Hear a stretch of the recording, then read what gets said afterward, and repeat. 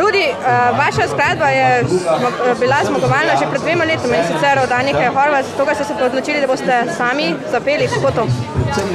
Slučajno se je zgodilo, ker sem marca praktično prejel klic od Gabra Radojevića, to je pač mojega dobrega prijatelja, producenta in tako naprej.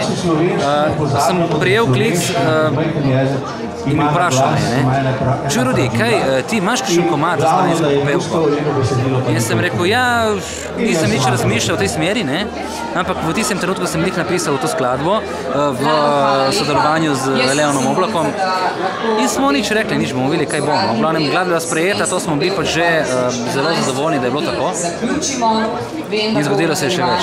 Je zdaj čas za samostojno kariero Rudija Bučarja oziroma je to zdaj ena odskočna deska? Samostojna kariera obstaja že dalj časa, ampak vas ni.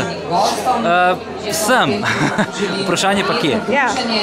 Tako da sigurno bo to ena dobra istočnica, mogoče da nekako vse moja glasba nekako narata prepoznavno tudi nekje drugod.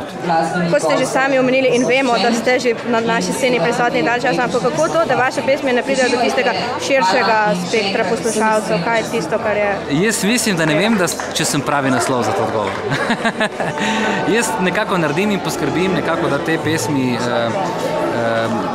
nekako dobijo prostor v etru posameznih radijev, polje pa še ostalih še odvisno, tako te skladbe dozorijo. Kaj pa načrtujete zdaj v naslednjih tednih? V naslednjih tednih težko rečem, lahko vam povem, kaj pričakujem naslednji teden.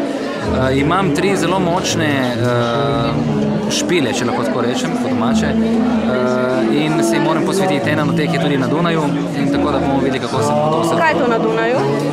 Na Dunaju pač imam en zelo pomemben špil, samostojni, in sem zelo ponosen, da v moji zasedbi igrata tudi Goran Krmac na tubi in Janez Dovč na harmoniki.